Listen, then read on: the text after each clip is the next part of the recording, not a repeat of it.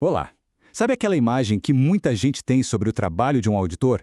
Pois é, mas será que essa ideia bate com a realidade?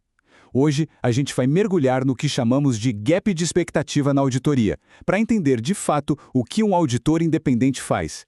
E, claro, o que ele não faz. A auditoria é uma peça-chave para a confiança do mercado, e meu objetivo aqui é justamente trazer um pouco mais de clareza sobre o nosso papel, usando exemplos práticos que mostram a importância desse trabalho no dia a dia. Olha, quem já esteve em Londres com certeza ouviu aquele aviso no metrô: Mind the gap. Cuidado com o vão. É um alerta super simples, mas vital. Na nossa profissão, na auditoria, existe um gap bem parecido. Não entre o trem e a plataforma, claro, mas entre o que o público espera de nós e o que o nosso trabalho realmente é. E é sobre esse vão que a gente vai conversar hoje. A nossa análise de hoje vai seguir 5 pontos principais. A gente começa definindo o que é esse gap de expectativa. Depois, a gente passa pela essência da auditoria, com um caso bem prático. Entende como a qualidade do nosso trabalho é garantida e, por fim, dá uma olhada no futuro com os relatórios ESG. Vamos lá, então, ao nosso primeiro ponto. Para a gente entender o nosso trabalho, primeiro a gente precisa deixar bem claro o que é esse tal de gap de expectativa, o que exatamente significa essa diferença entre o que se percebe e o que de fato acontece. Bom, a definição oficial, que vem do Comitê Internacional de Normas de Auditoria, o IISP, descreve o gap como essa diferença entre o que se espera de uma auditoria e o que ela realmente entrega. E olha, esse desalinhamento não é só um detalhe técnico não, ele impacta diretamente como investidores, credores e o mercado em geral usam nossos relatórios para tomar decisões. E aqui o contraste fica muito, muito claro. De um lado a gente tem a percepção popular, o auditor como um detetive, quase como uma bola de cristal, que vai achar toda e qualquer fraude e prever se a empresa vai quebrar. Do outro lado, a realidade. O nosso papel é técnico. A gente analisa as demonstrações financeiras e emite uma opinião independente que aumenta o grau de confiança naqueles números. Nós não garantimos o futuro. Isso nos leva direto para o nosso segundo ponto. Qual é, então, a essência da auditoria? Se o nosso papel não é dar garantias absolutas, o que a gente oferece? A resposta está num conceito fundamental da nossa área: a asseguração razoável. Pensa assim, uma auditoria é como uma camada de proteção muito robusta, mas ela não é um cofre impenetrável. A gente não verifica cada transação de uma empresa. Isso seria simplesmente impossível e inviável. Em vez disso, a gente trabalha com base em testes, em amostragens e foca naquilo que é material, ou seja, relevante o suficiente para influenciar uma decisão econômica. Isso reduz o risco de um erro importante passar batido a um nível muito, muito baixo. É uma segurança alta, mas não é absoluta. E o que sustenta toda essa responsabilidade é um código de ética extremamente rigoroso.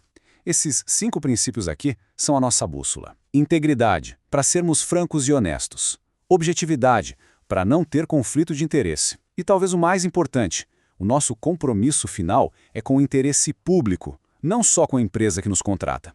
É isso que garante que a nossa opinião seja de fato independente.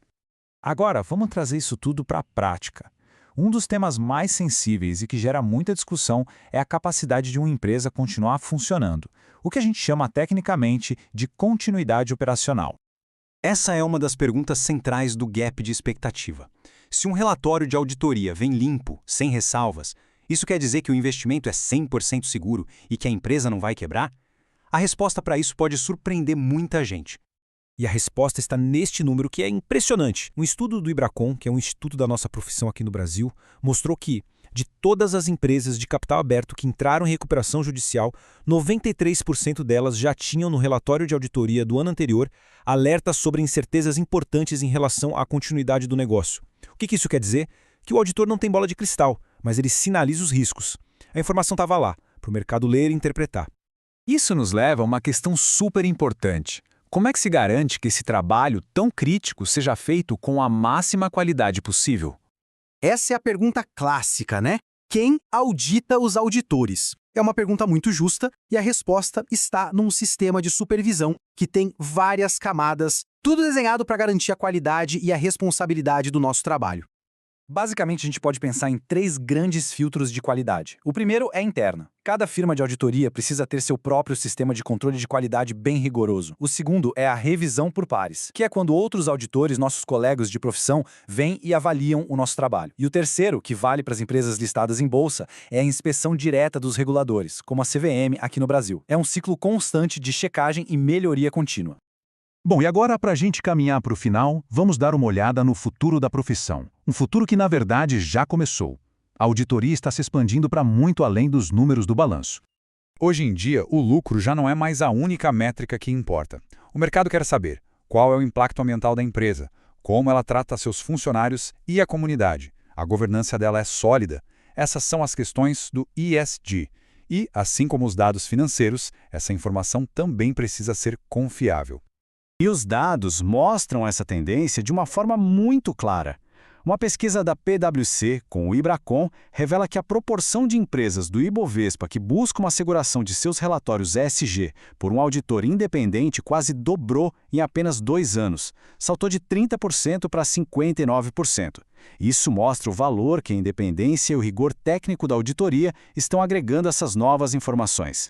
E olha que legal, o Brasil está na vanguarda desse movimento. A nossa CVM foi o primeiro regulador do mundo a adotar as novas normas internacionais de sustentabilidade, as IFRS S1 e S2. E mais importante, ela já exigiu que esses relatórios passem pelo crivo de um auditor independente. Isso coloca o nosso mercado numa posição de liderança em transparência e governança socioambiental. Fica bem claro, então, que a auditoria não é uma profissão estática, parada no tempo. Ela evolui para atender às novas demandas da sociedade por transparência. O ESG é o grande exemplo disso hoje. Isso nos deixa com uma pergunta final para reflexão. Com a tecnologia e a complexidade dos negócios avançando tão rápido, qual será o próximo grande desafio para a transparência do mercado? Bom, espero que esta análise tenha ajudado a esclarecer um pouco mais o verdadeiro papel da auditoria. É um debate contínuo e que é essencial para a saúde do nosso mercado. Para aprofundar nesse e em outros temas, fica o convite para que se inscrevam no canal e visitem o blog da Vorkon. Muito obrigado!